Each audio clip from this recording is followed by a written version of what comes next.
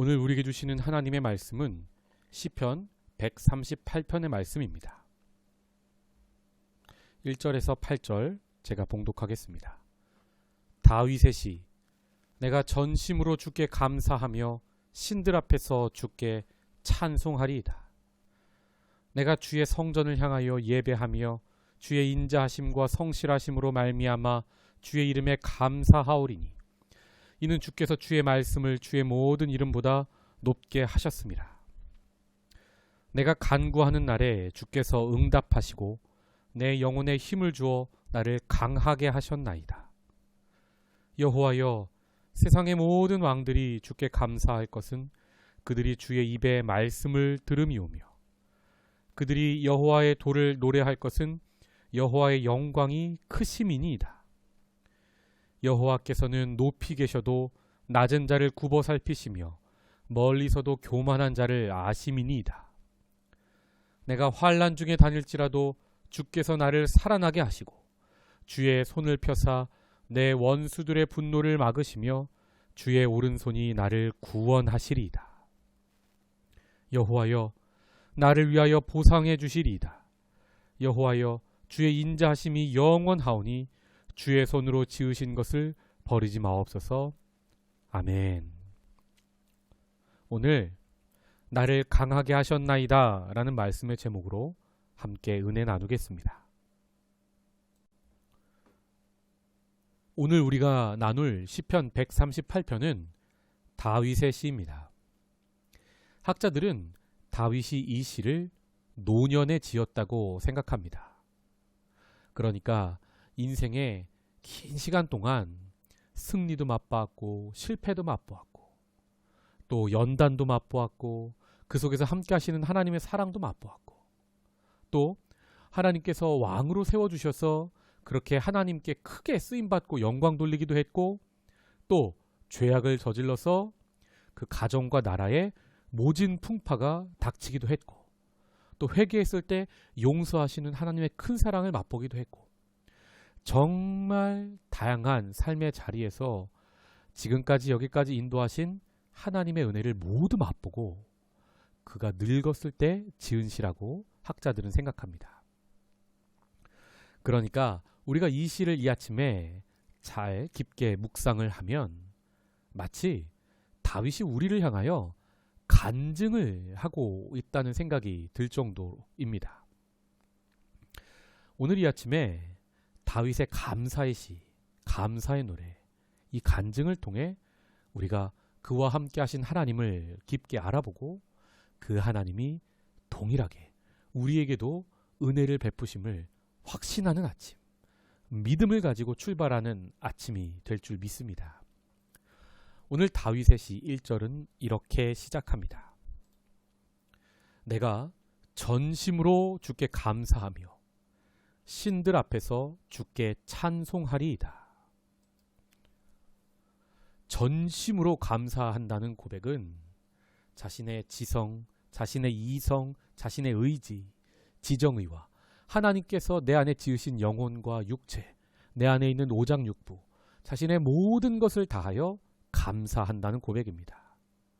특별히 1절에 신들 앞에서 주께 찬양하겠다는 고백은 무엇입니까? 여기서 나오는 신들이라는 말이 학자들마다 여러 의견이 있는데 우상이라는 의견이 있습니다. 저는 그 의견에 찬성합니다. 이유가 있는데요. 다윗이 사울의 미움을 피해서 블레셋으로 도망을 했었죠. 블레셋은 우상이 가득했었습니다. 그가 피할 곳이 없어 거의 하나님을 사랑하는 그 신앙을 거의 잃어버리고 블레셋까지 도망하였었습니다. 그런데 그런 우상들 앞에서도 주께 찬송하겠다는 고백은 무엇입니까? 그가 땅끝, 하나님 안 계신다고 생각했던 그런 블레셋 땅에서도 하나님은 구원을 그에게 베푸셨죠. 그러니까 그는 그 블레셋 땅 시글락에서도 함께 하시는 하나님을 만났었습니다. 신들 앞에서도 주께 찬송하리이다. 내가 바다 끝에 가서도 주는 거기 계시며 내가 땅 끝에 가서도 하늘에 가도 음부에 거할지라도 하나님께서 계시지 않는 곳이 없었습니다. 내가 그 어느 곳에서도 나와 함께 하시는 하나님을 찬양합니다. 라는 고백입니다. 2절. 내가 주의 성전을 향하여 예배하며 주의 인자하심과 성실하심으로 말미암아 주의 이름에 감사하오리니 이는 주께서 주의 말씀을 주의 모든 이름보다 높게 하셨습니다. 다윗은 주의 성전을 향해서 예배하는 인생을 살았습니다. 그는 피를 너무나 많이 흘려서 성전을 짓는 것을 하나님이 허락하지 않으셨습니다. 그만큼 그의 인생에 목숨의 위협을 많이 느끼는 일이 있었다는 것입니다.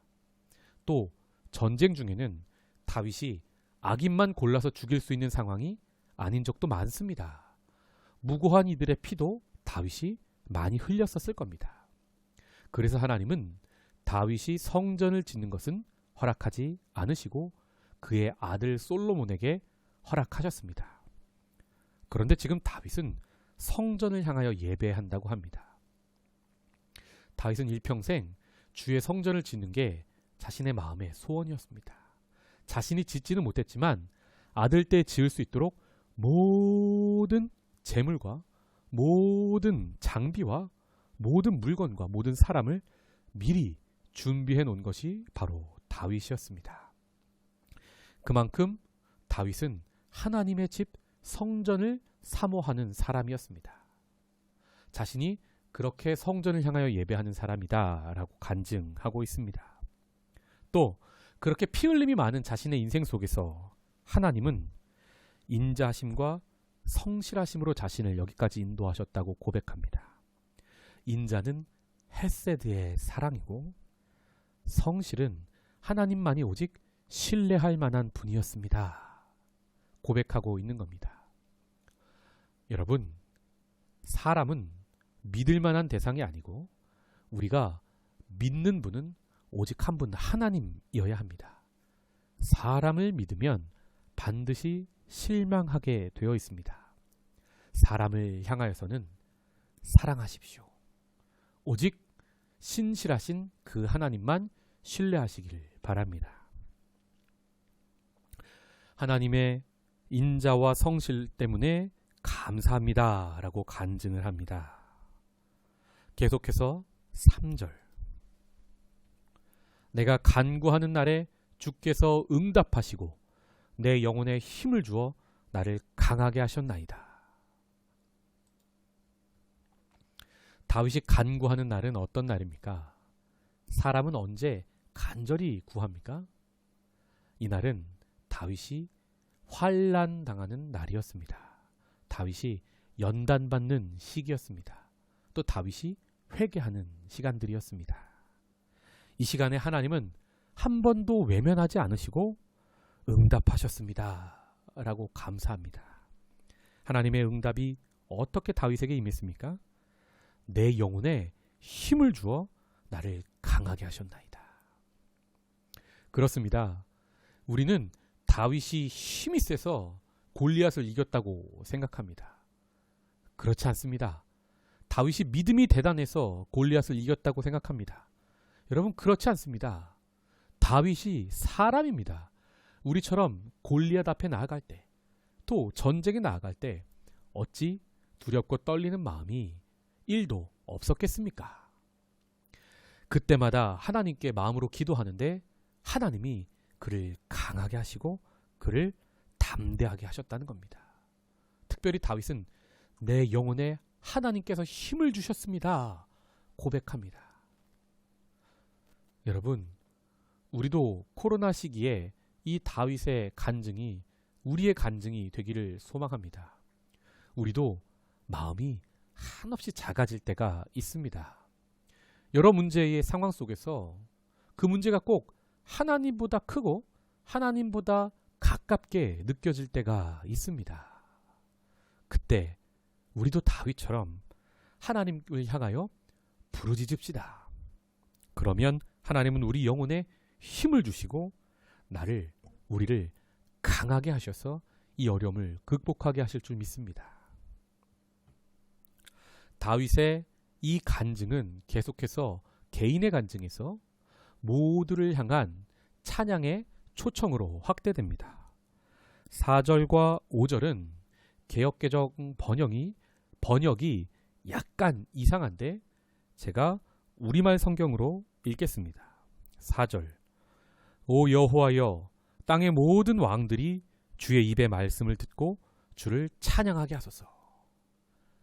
자신이 만난 하나님이 너무 좋으니까 저 하나님을 모르는 이방 왕들도 하나님을 찬양하게 해주십시오 고백하고 5절 그들이 여호와의 길을 노래하게 하소서. 주의 영광이 크기 때문입니다. 자신이 맛본 하나님의 영광을 그들도 맛봐서 찬양을 하게 해주십시오. 자신의 간증이 모든 사람들을 향하여 그 하나님의 은혜가 임하기를 사모하고 있는 것입니다. 6절에서 8절은 다윗이 간증을 마무리하면서 자신의 간증을 이렇게 세 가지로 정리하고 있습니다. 첫째로 다윗은 무엇 때문에 하나님께 감사한다 고백합니까? 6절 여호와는 높이 계셔도 낮은 자를 굽어 살피시며 멀리서도 교만한 자를 아심이니이다. 성도 여러분, 하나님 같은 리더가 없습니다. 그분이 가장 높은 리더, 즉 하나님이셔서 우리는 얼마나 감사한지 모릅니다. 사람은 높아지면 낮은 자가 보이지를 않습니다. 학자들의 연구에 따르면 직위가 점점 높아질수록 사람의 공감하는 능력이 이 뇌의 그 공감 능력이 점점 그곳을 공감을 관장하는 능력이 작아진다고 합니다. 그런데 하나님은 다르십니다. 가장 높은 자리에 계신 그분은 가장 낮은 자리에 있는 사람을 살피십니다. 그 가장 낮은 자리에 있는 자가 바로 다윗이었습니다. 고대 근동 지방에서 절대자 왕의 미움을 받으면 그 인생은 그냥 끝난 겁니다. 그런데 하나님께서 살펴주셔서 가장 낮은 자를 여기까지 높여주셨습니다. 하나님은 나를 살피셨습니다. 감사하고 있는 겁니다. 그러면서 사울 이야기를 합니다. 그 멀리서도 교만한 자를 아십니다. 하나님은 교만한 사울을 아셨습니다. 다만 그를 끝까지 내버려 두셨던 것은 첫째로 사울이 끝까지 회개하기를 원하셨고, 둘째로 그 사울을 통하여 다윗이 너는 사울처럼은 되지 말아라 하는 그 하나님의 마음을 알기를 원하셨던 것입니다. 이렇게 다윗은 일평생의 간증을 정리하여 6절에 하나님은 높이 계시지만 가장 낮은 자를 살피셨습니다 라고 노래합니다. 둘째로 다윗은 간증을 이렇게 정리합니다. 7절 내가 환난 중에 다닐지라도 주께서 나를 살아나게 하시고 주의 손을 펴사 내 원수들의 분노를 막으시며 주의 오른손이 나를 구원하시리이다. 다윗은 일평생 환난 그 자체였습니다. 사울 때문에 그랬고요. 평생 전쟁이 있어서 그 전쟁 속에서 적을 만났지요. 환난이 그치지 않는 인생이었습니다. 그런데 그가 이렇게 노년 할아버지가 돼서까지 살아있을 수 있는 이유가 무엇입니까? 자신의 원수들의 분노보다 자신을 지키시는 하나님의 오른손이 더 강했기 때문입니다. 그래서 그는 이렇게 노래합니다. 내 원수들의 분노를 막으시며 주의 오른손이 나를 구원하시리이다. 여러분, 성경에서 오른손은 능력을 상징합니다. 원수들의 분노보다 하나님의 능력이 더 강해서 내가 죽지 않고 지금까지 살아있습니다 라고 다윗은 간증하는 겁니다. 세 번째로 다윗은 일평생의 간증을 이렇게 정리합니다. 여호와께서 나를 위하여 보상해 주시리이다. 여호와여 주의 인자하심이 영원하오니 주의 손으로 지으신 것을 버리지 마옵소서. 여기서 보상하다라는 단어는 히브리어로 가마르인데 끝내다, 멈추다, 그리고 완성하다라는 뜻이 있습니다. 하나님께서 나를 위하여 가마르, 멈추시고 끝내시고 완성하셨습니다 라는 고백인 겁니다. 그렇습니다. 하나님은 다윗을 위해서 원수들의 공격을 끝내셨습니다. 멈추셨습니다. 그리고 무엇을 완성하십니까? 다윗을 지으시고 이 땅에 보내셨을 때 그 하나님의 기대, 하나님의 뜻을 하나님께서 붙드셔서 다윗을 통하여 모두 이루셨습니다. 즉 가마르, 완성하셨다는 것입니다. 여호와여 나를 위하여 주께서 보상해 주시리이다. 하나님이 모두 완성하셨습니다. 이 고백이 이 아침에 저와 여러분의 고백이 되기를 원합니다. 그리고 다윗은 자신의 간증을 이렇게 마무리합니다.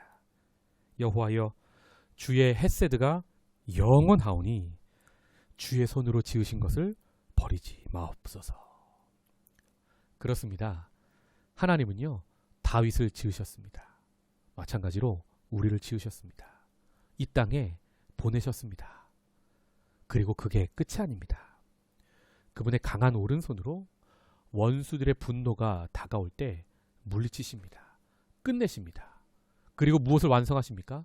우리를 향한 하나님의 뜻을 모두 완성하십니다. 다윗은 할아버지가 되어서 자신이 만난 그 하나님을 이렇게 간증하고 노래하며 감사하고 있는 것입니다. 다윗의 일평생에 이렇게 함께 하신 하나님께서 우리의 인생 가운데서도 동일하게 함께 하실 줄 믿습니다. 우리가 한없이 낮아져 있을 때 하나님은 우리를 굽어 살펴주실 것입니다. 우리가 환난 중에 다닐지라도 원수들의 분노가 우리에게 닥쳐올지라도 하나님의 오른손으로 그것을 끝내주실 줄 믿습니다. 그리고 하나님의 능력으로 우리를 향한 모든 뜻을 우리의 인생 가운데 완성해 주실 줄 믿습니다. 이런 인생 되시기를 주님의 이름으로 축복합니다. 기도하겠습니다. 하나님, 오늘 아침 다윗의 간증을 들었습니다. 이 감사의 고백이 오늘 우리의 고백이 되게 하여 주시옵소서. 어려운 상황 가운데서도 하나님을 향하여 간절히 기도하는, 그리고 부르신 자리에서 최선을 다하며 땀 흘리는 주의 성도들의 기도를 외면치 마시고 이 아침에 한량없는 은혜를 부어 주시옵소서. 감사하고 이 모든 말씀 예수님의 이름으로 축복하며 기도하옵나이다. 아멘.